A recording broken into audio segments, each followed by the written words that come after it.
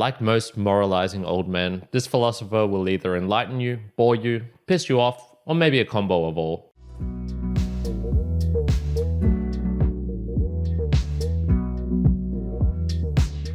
Welcome, my mere mortalites, to another round of the book reviews. My name is Kyron, and I do these book reviews to help you transcend beyond your own mere mortality. And yes, we are all mere mortals. We're going to look into some philosophy today. It is Discourses and Selected Writings by the philosopher Epictetus. The version I read was the 2008 translation by Robert Dobbin, the Penguin's classic. So as a whole, it's the words of wisdom from a notable stoic philosopher. So it contains his main arguments, his core ideas, his principles that he lives with in the world. There's many different topics, and so I'll read out a couple of the small snippets that he goes into. So for example, against the skeptics, he'll have one on the utility of changing arguments, hypothetical arguments, and the rest. He'll have one such as that talents are treacherous for the uneducated, that God supervises everyone. There's all these tiny little things that he will delve onto a particular topic for usually a couple of pages and then back off and go on to something else. As a whole, there's about 250 pages, and unfortunately we have lost a fair chunk of this due to time as well. The structure of the book is that there's three main parts. So there's the 4 books, which was originally 8, and these take the form of more conversations. I read out some of the topics on these. They have, subtitles for each particular one, and these will usually run from anywhere to 1 to 4 pages in length. There is the fragment section, so these are just small little snippets, tiny little things that he supposedly said.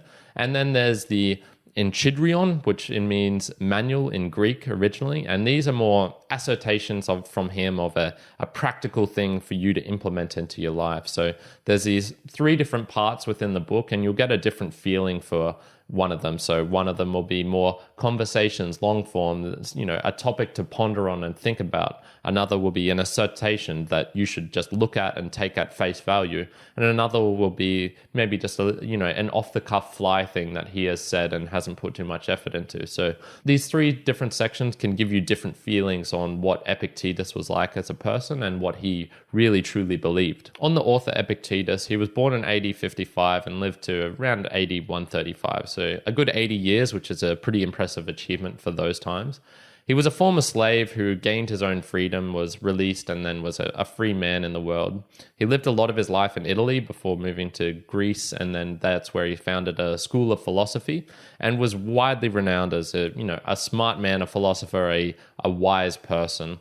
Now, these books and these sayings weren't actually written by him. They were written by a student of his called Arrian, but it's sort of widely known that this is pretty realistic of what he would have been like, and all of the sources from those times indicate that this isn't Arrian's version of it. He might add some little snippets here and there, some things that weren't exactly said by Epictetus, but it's largely said that this is a verbatim speech or things that Epictetus would have said, so it's attributed to Epictetus. The first theme is impressions, noticing the initial reaction. So what is an impression? Well, Epictetus has this philosophy in the book that occurs many times, and I'm going to put it in my own words, so it's not going to be exactly 100% correct, but I'll try my best. And it seems to be the process of many things happening and then being bundled into one. So I would say it occurs something like this. An event occurs, you perceive the event, you then have an emotional response, and then you subsequently act on that. So the problem with all of this is, where is the free will inside of that? Where is the ability for you to stop and say at a certain point, hey, no, that's not how I want to behave, or you know what, I'm going to take this initial perception, this thing that occurs, I'm going to filter it in my own mind, and then create something from that, do something that I could have done differently. And so he says there's this active assent that we can force into here, put into there to create some free will, to put some human rationality into this equation. And this occurs right after the emotional reaction and before the subsequent action upon that. And what he says is essentially, I don't need to endorse this emotional reaction. So I'll give some examples here. If I'm going out, and I'll use a classic example that everyone would have felt, road rage, and this is being trapped in traffic jams or something like this and feeling angry at the lack of movement or whatnot. And he says, essentially what you can do is, I don't need to endorse being angry in this situation. I should be going out and thinking and creating beforehand some structures in place to go, you know what, I should probably expect a traffic jam, and I would expect that I'm going to get angry from this. But do I need to endorse that anger? No, I can disassociate myself somewhat and say, hey, you're probably going to see this, and you know what? Try and watch this anger rise within you, and then don't be a dick because of that. Don't lean on your horn. Don't try and weave in and out of traffic. Just accept it and go, hey, okay, this is happening. Another one for me would be littering. There's always people littering at the park where I like to work out. And you know what? I don't need to get angry about that. I should expect litter there. I can find a way to, disassociate myself from the anger, from the disappointment, the sadness that I feel when I see that people are, disrespecting the park and disrespecting the area and whatnot. So what I really like about the impressions and what I think he's really trying to get at is this showing of human rationality and how you can mix this in with emotions and really make it so that you're not going to make things worse by acting on those emotions. And you can do this in many ways, but the one that seems to be core for him is sort of preparing for it. So this is being able to anticipate situations where maybe you can't anticipate exactly what's going to occur in the situation, but you can anticipate what you will feel in that, and then being able to turn off to introspect and look at yourself when that happens, when that anger arises, when the sadness pops up, when the, whatever it is, that negative emotion, or even some positive ones that can lead you into trouble as well. Look at that and see, why is this happening? Do I need to endorse what I'm feeling here? The second thing that pops up is pragmatic philosophy, implementing changes in the real world.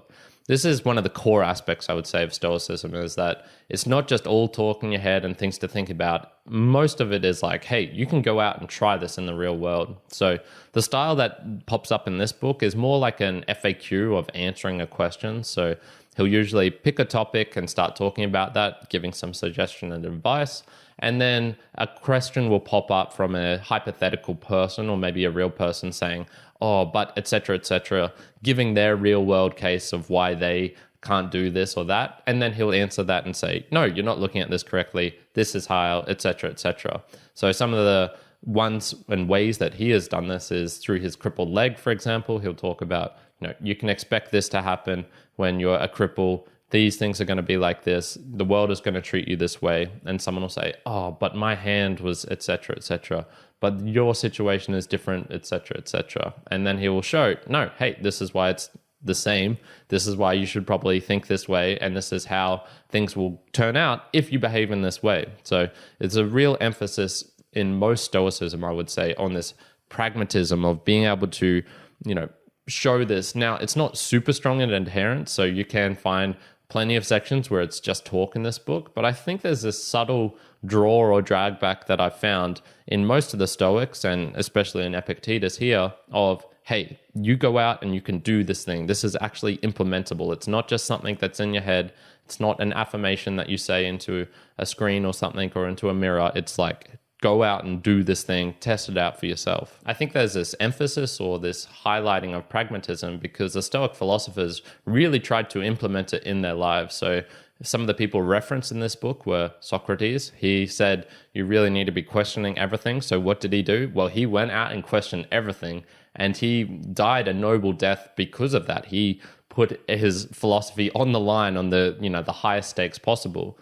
There's people like Marcus Aurelius who references Epictetus, so he wasn't referenced in this, but he was a philosopher king. He used this to manage the greatest empire of the time and to keep himself sane and to be a just and wise ruler. There's people like Zeno, who was an austere merchant, the first real Stoic philosopher. He put these things to the test. Diogenes is also really highlighted in this book, and he did this thing called poverty training, where he would train himself in poverty. He would live in a barrel. He would live, this austere life to really disconnect from what he believed were to be, the attachments of material things and of training his mind and body and things like this. So what I really, really think that jumps out with Epictetus and with the Stoics is, if you want to implement things in the real world, if you want to see these things being taken place, you can actually do them with your body and do these things. I really think that's one of the core aspects that you'll gain from a book like this. Onto my personal observations and takeaways. And the first one actually isn't mine. It's from a friend of mine, Brendan, who actually lent me this book.